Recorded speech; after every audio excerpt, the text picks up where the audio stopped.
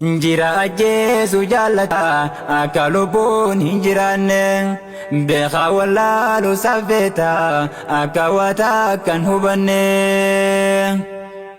qabaataadhaaf jiisan qabdu akka gabaate jiraanne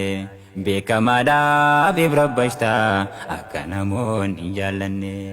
irrina isaatiif hunaanta osoo maalummaa san beeyne ofiif qaatee hin hojjettu waan nyooteetu sitti hin dhiifne maasha Allah irraan jettu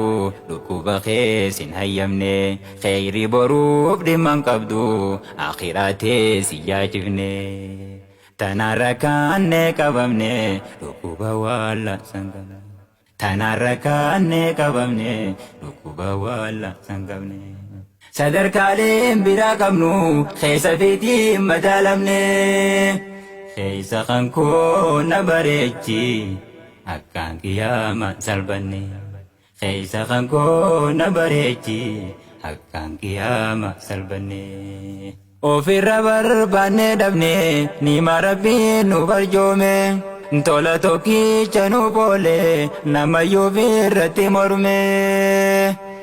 ta obbolee isa kajeella.